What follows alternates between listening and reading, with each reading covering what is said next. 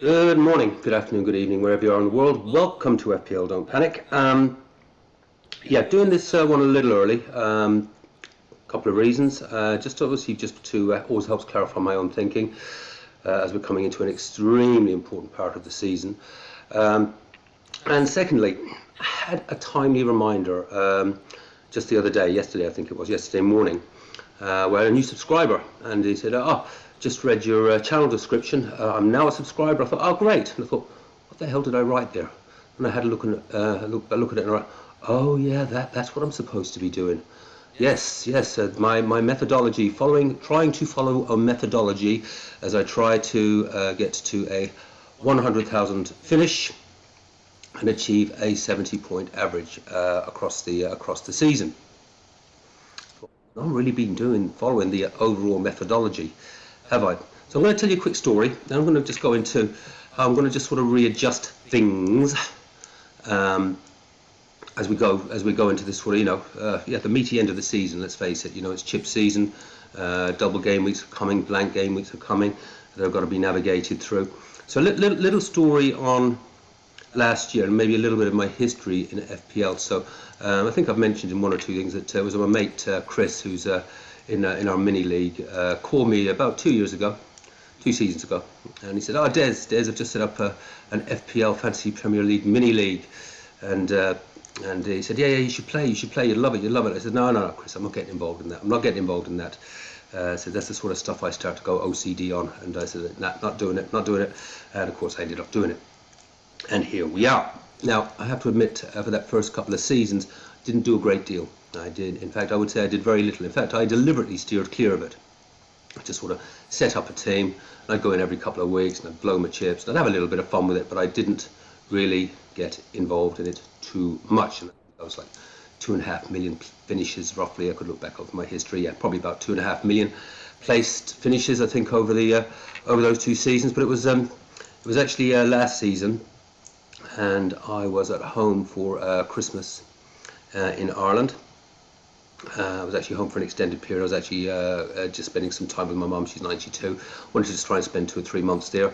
And we live out in the countryside, and the weather was a shocker. We were pretty much snowed in, and we were at about game week 15.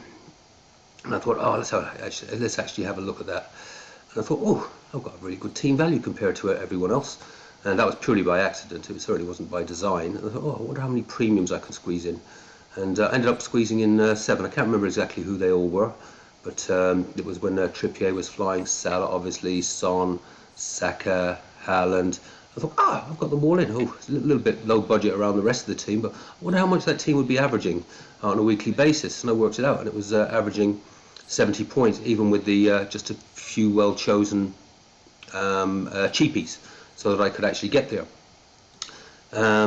And that's when I actually then, so I actually just actually took God knows how many hits. This was about game week 15. So let's see how this team goes. And I took probably about to make that team, because I'd already blown my wild card, and I put that team out. And yeah, I was cracking away on over 70 points per week. And I thought, that's interesting.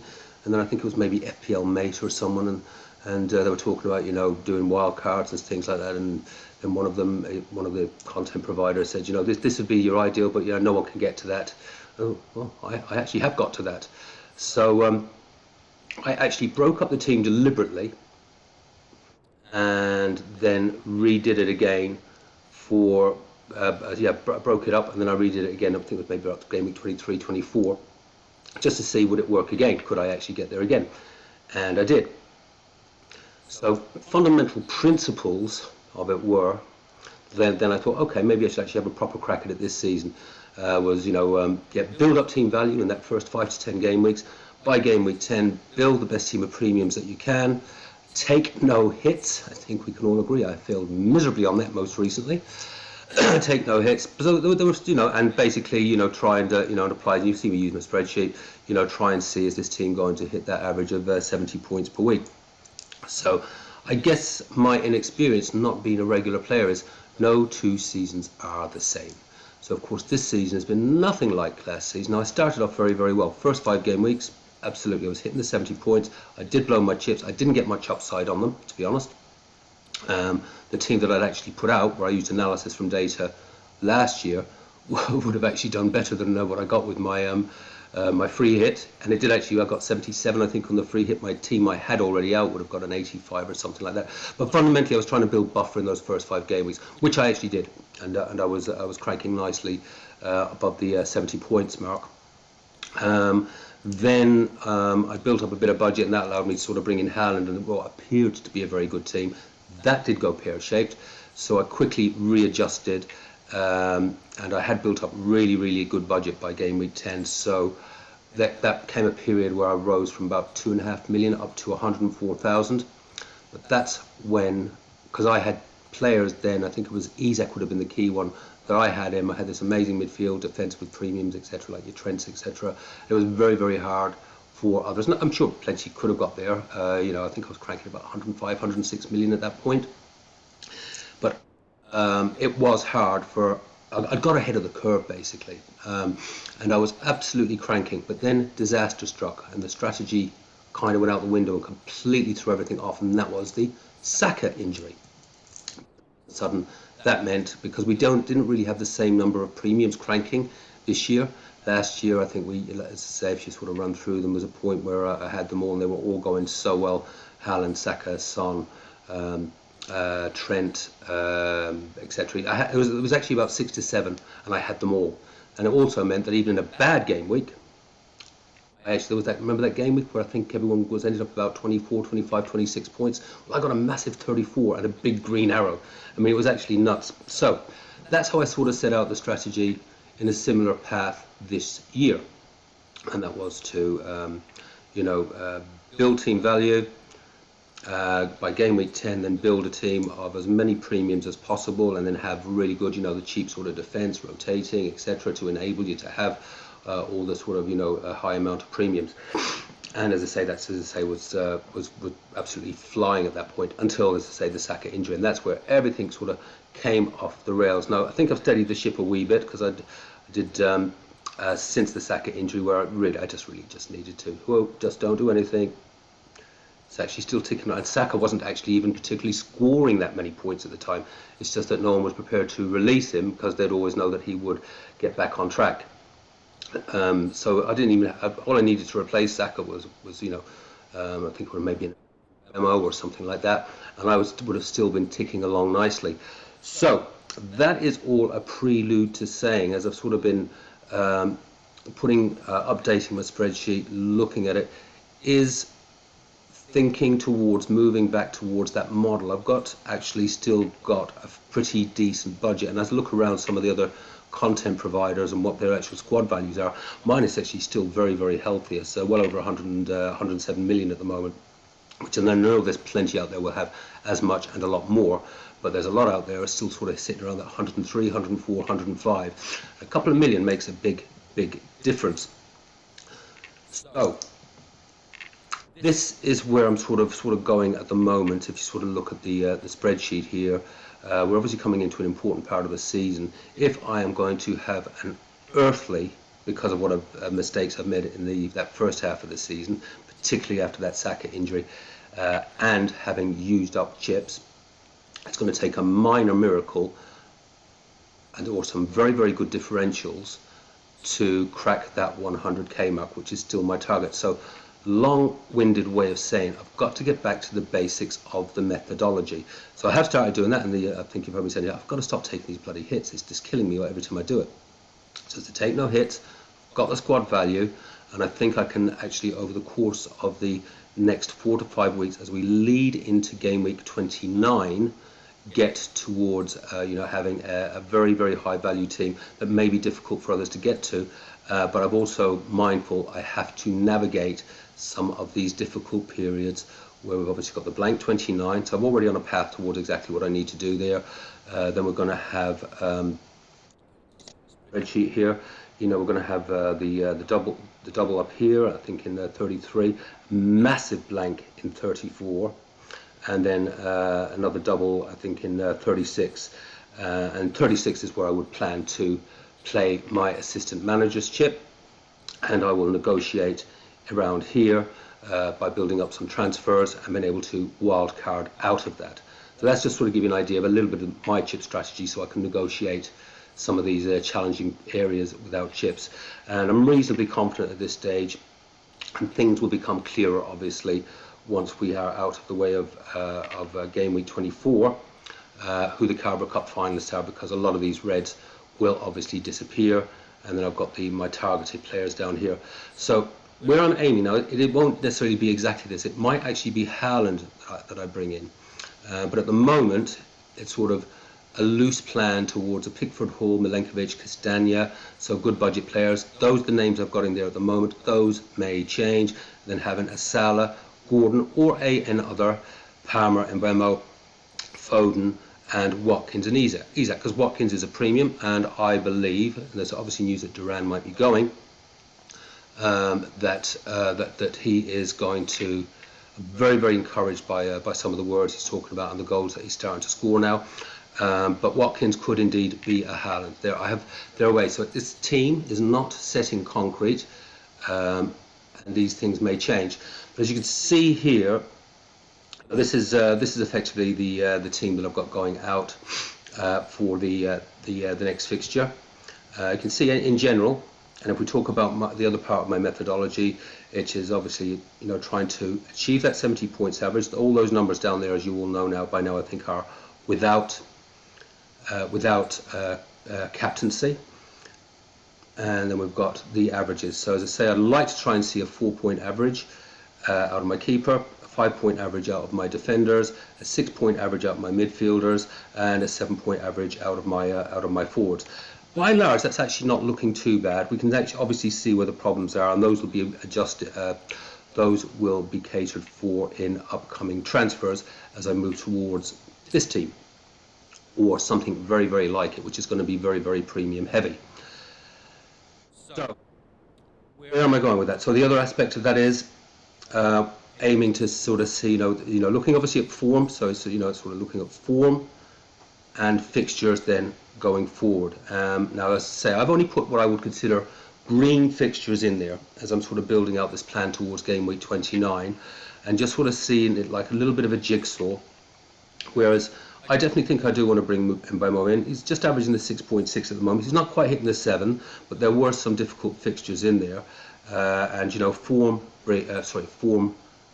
fixtures bring form, and we can see there's some really, really nice fixtures in there. So I'll be looking to maybe bring him in for Enzo around this point here.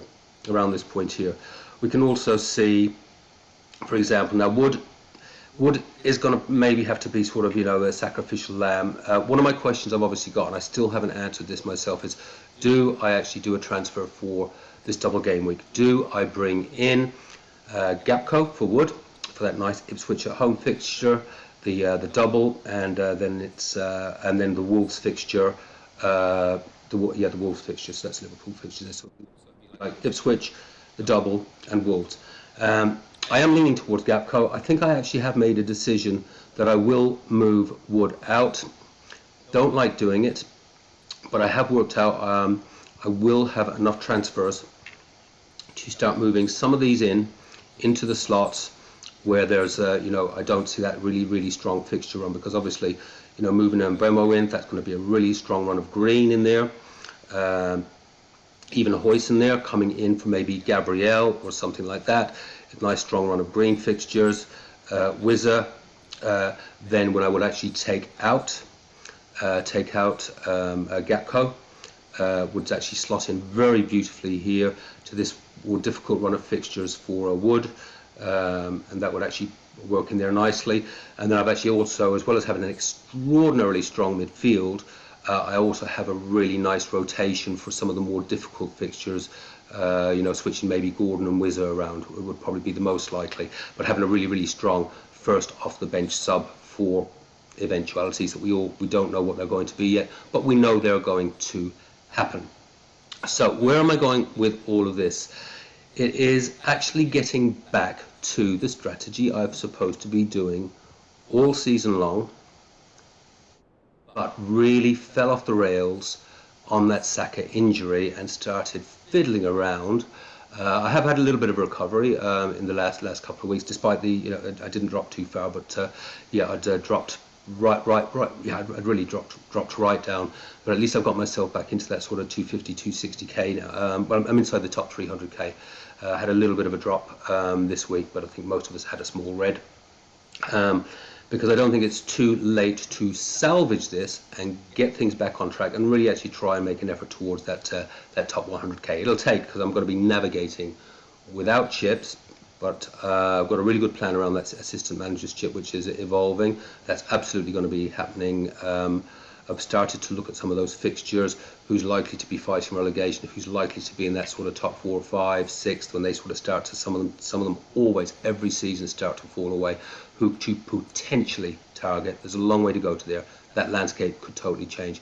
But I do believe the beach football, the teams that are sort of falling away, getting a bit nervous, trying to get the Champions League, and also, and this is the key one, bringing in Foden or Haaland, if I see that their form is continuing as they're about to hit more difficult fixtures. They are looking better, let's be honest. I'm not really worried about them conceding goals. Are they scoring goals? Are we now going to start to see, as I spoke about a while back, post-Xmas City, and is that going to be, could Haaland be the biggest differential of the season and get ahead of that curve? So I do think that Haaland, certainly with Foden, I can certainly get a very, very, very strong team out. Haaland would require some more sacrifices. So I believe my favourite is to go with Foden, who is starting to look really, really good again. And the cream rises to the top. And City's fixtures on the run-in are really, really good. Really, really good fixtures. And they will, there's been new contracts signed, long-term contracts. Got to get them into the Champions League. I think winning it is a bridge too far, but he's got to make sure that they're well qualified for that Champions League, or that would be an absolute disaster for them. And those fixtures in that run-in are pretty good. So if I'm seeing the form still there in the next couple for Foden and or Haaland, absolutely will be coming into my team. Absolutely will be coming. As I say, don't care if they're conceding goals. They're getting to that sort of level of game where they are scoring 3 or 4 or 5 goals a game. Where do we go from there? So key in all of this, because remember I'm trying to negotiate with that, and I would advise, I don't know where you guys are within your chip strategy, but it's no harm laying something like this out and see exactly how many players you have blanking at the moment, so you can think about the players you're bringing in. So at the moment, these are the fixtures that we're blanking. So at the moment, on my squad, I have actually got 1, 2, 3, 4 players definitively playing. Now, if I'm bringing in Bremo and Foden, they're absolutely cast iron playing, as are a couple of the others, and some of these reds will disappear just by the natural process of things. As I say, for example, I think this Chelsea fixture for Arsenal is most likely to go ahead. Now, could be Gabriel's gone by then anyways, because he'll be moved out for a Castagna, someone of that ilk and nature that looks as though they're in form and are at the right price bracket. So I will be moving players out over the next 4 to 5 that will have a definitive fixture in 29.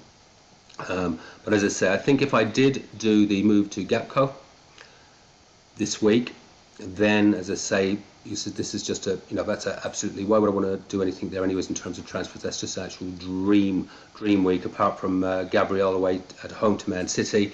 But I've actually got bring in Cons at even Wolves away would work. Or Milenkovic. Milenkovic Wolves away. But that's an absolutely fine fixture. Absolutely fine fixture to bring him in for. So I've got here. Oh, sorry, get this wrong. Brighton home. Sorry, losing my thread there. Sorry, guys. Brighton home, Milenkovic.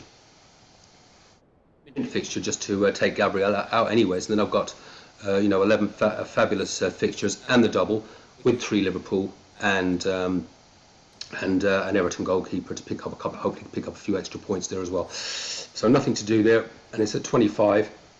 Then I'll have a couple of transfers, and I can start to see where the form is with some of these players. I'll have a couple of transfers to start that process towards having a full playing 11. I'll bench the more expensive ones, and I can potentially, say, transfer out one or two and bring them back. So sort of this is effectively where I'm going to be at, or something akin to this, by game week 30. That's it. I hope that made some sort of crazy sense. I think I'm going to definitely watch the playback on this one before I release it. So again, I haven't made a definitive decision around the move from Wood to Gapco, but based on the methodology I'm going to be using, Wood is going to be going at some point, and even if I kept him, he'll probably be going around here because I'll need to free up some money, and that would be bringing a Wizard. If this starts to stretch out a budget, I guess I cannot always go for João Pedro or something like that. But Wizard's my preferred. You know, he's got some nice fixtures there, and his slots beautifully in into those wood fixtures, and some really good rotations there as well. I will leave it at that. Let me know what you think in the comments. Am I mad? Am I crazy? But the whole objective, you know, and I love chatting to you guys, and I love giving advice. You know, and it is always, you know, just my thoughts and opinions, and I hopefully you do get something out of the conversations we have. But the objective of this channel from the beginning was, I'm supposed to be trying to follow a methodology, and if the methodology fails, yeah, well, fine, it failed. But I'm effectively not been true to what this channel is about if I at least don't give it a go, and I've certainly fallen off the rails of it. And while I was sticking to it, by and large, I was cranking along nicely. It was just around that game 15-week period where completely went off the rail, taking loads of hits, fiddling around, not really doing what the spreadsheet was telling me to do, and certainly not going for that, you know, high premium squad value, and yeah, working those cheapies around the team and bringing them in and out when their averages started to fall off, trying to maintain that 70-point average. That's it. That was an absolute waffle, wasn't it? It really was. I'm sorry, guys. Thank you for bearing with me. I really appreciate you all. So let me know what you think in the comments. I'll be back in a few days' time before the deadline with final decisions, I suspect, on the transfers, moving the bus team to the final team. Take care, have fun, play your own game, don't panic, and I'll chat to you soon. Bye-bye.